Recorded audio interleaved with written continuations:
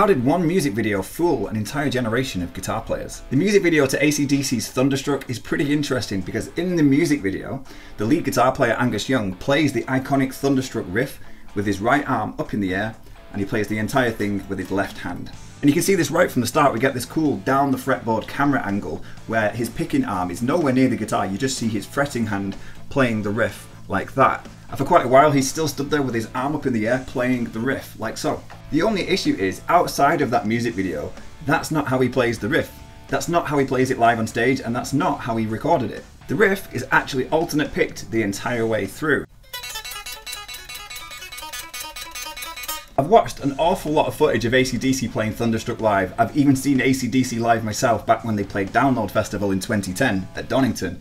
And I've never once seen Angus Young play Thunderstruck without a pick. The only time I've ever seen him play it that way is in the music video. And if that's the case, why did he do that? Why did he not just perform it in the music video the same way that he normally performs it live? And the simple answer to that is that obviously the music video, he's miming. And when you're miming, you can be a bit more visually interesting. And obviously having your arm up in the air like that whilst playing a very, very intricate guitar riff looks a lot cooler, doesn't it? It looks a lot more interesting that way. And when you're miming along to a music video, you don't have to worry about the song. You don't have to worry about messing up because the song's being dubbed over the top anyway. He could have done backflips and cartwheels across the stage in the music video and it would still sound fine because it's just been dubbed over the top. So in the music video, I think he just thought, you know what, I'm going to have my arm up in the air, I'm going to try and look a little bit more cooler whilst I play the riff. But because of this, an awful lot of guitar players have watched the music video for Thunderstruck, seen that he has his arm up in the air, and that's how they think it's played. So that's how they learn to play the riff. Not necessarily with their arm up in the air, but by playing it with one hand.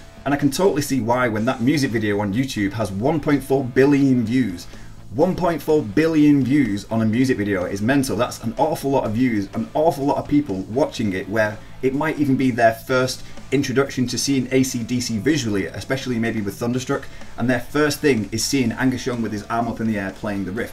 They might not even ever really see any actual live footage of AC/DC, they just see the music video, see that, and think that's how they need to play it. And my issue here isn't necessarily people playing it the wrong way. People can play it however they want because you can actually play it and make it sound pretty good just with one hand. I think it sounds better with the pick personally, the way that it's actually supposed to be played. But my issue is just people being unaware of how it was actually played on the recording and how he plays it live just because they might have only seen the music video. I even looked through as many clips as I could find of AC/DC playing Thunderstruck before making this video just to double check that there isn't really any video footage of Angus playing this live where he is just playing it with one hand.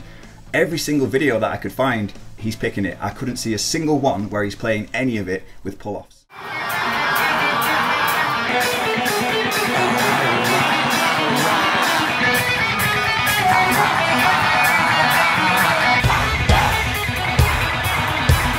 But the thing that I find way more impressive about the Thunderstruck guitar riff, it's not about how it's played, whether it's with a pick or whether it's hammer-ons and pull-offs. It's the fact that when Angus Young was recording this song, don't forget, such an iconic guitar riff, such an iconic guitar part, he recorded this, allegedly, in one take. Right from the beginning of the song, right till the end, one take.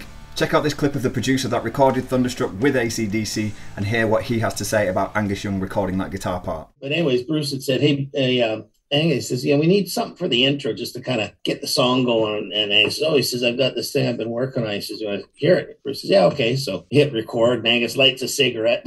He puts it in there, and he starts with that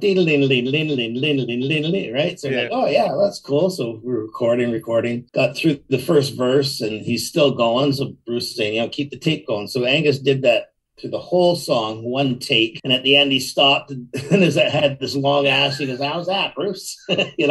Bruce says, oh, that was awesome. So we did it in one take through the whole song, so we just left it like that. Iconic. That is why Angus is great.